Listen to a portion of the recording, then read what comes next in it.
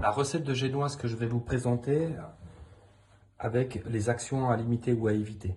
Donc la première chose que j'ai effectuée, c'est de ne pas allumer mon four, ce qui serait déjà une chose à éviter.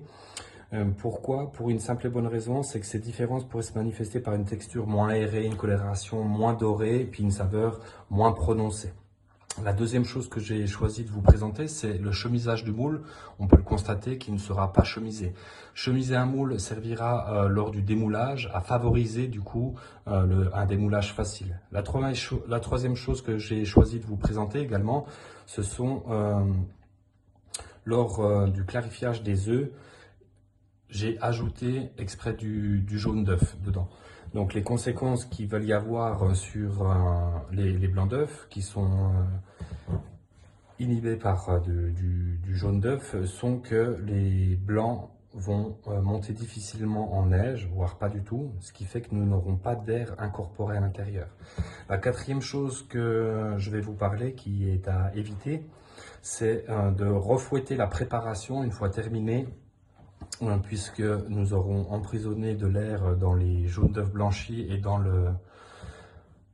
les blancs montés en neige. Et si vous fouettez encore la préparation, tout l'air va se disperser. La cinquième chose à éviter, c'est la surcuisson de la génoise. Je vais favoriser une cuisson à 160 degrés pour justement éviter une substance qui s'appelle l'acrylamide, qui est nocif à long terme pour la santé.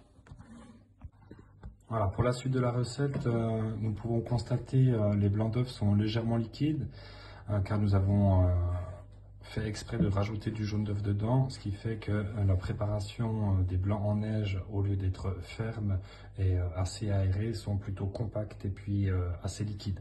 Du coup, nous allons mélanger en fait les blancs d'œufs, les jaunes d'œufs à l'intérieur, les jaunes d'œufs blanchis, et puis nous allons faire exprès en plus de les remuer, de les mélanger, ce qui fait que ça va faire encore plus retomber la préparation, et dans laquelle nous allons rajouter encore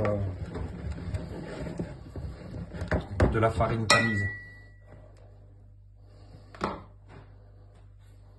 Donc voilà, là je vais démouler la génoise qui était encore chaude, qui sortent du four à l'instant. On peut constater déjà au niveau de la couleur qu'il est légèrement plus foncé. Et puis j'ai dû rajouter un temps de cuisson d'environ 10 minutes.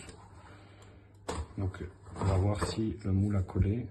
Donc on peut constater à l'intérieur du moule, voilà, sans chemisage, que ça colle. En dessous, on va devoir faire le plus délicatement possible.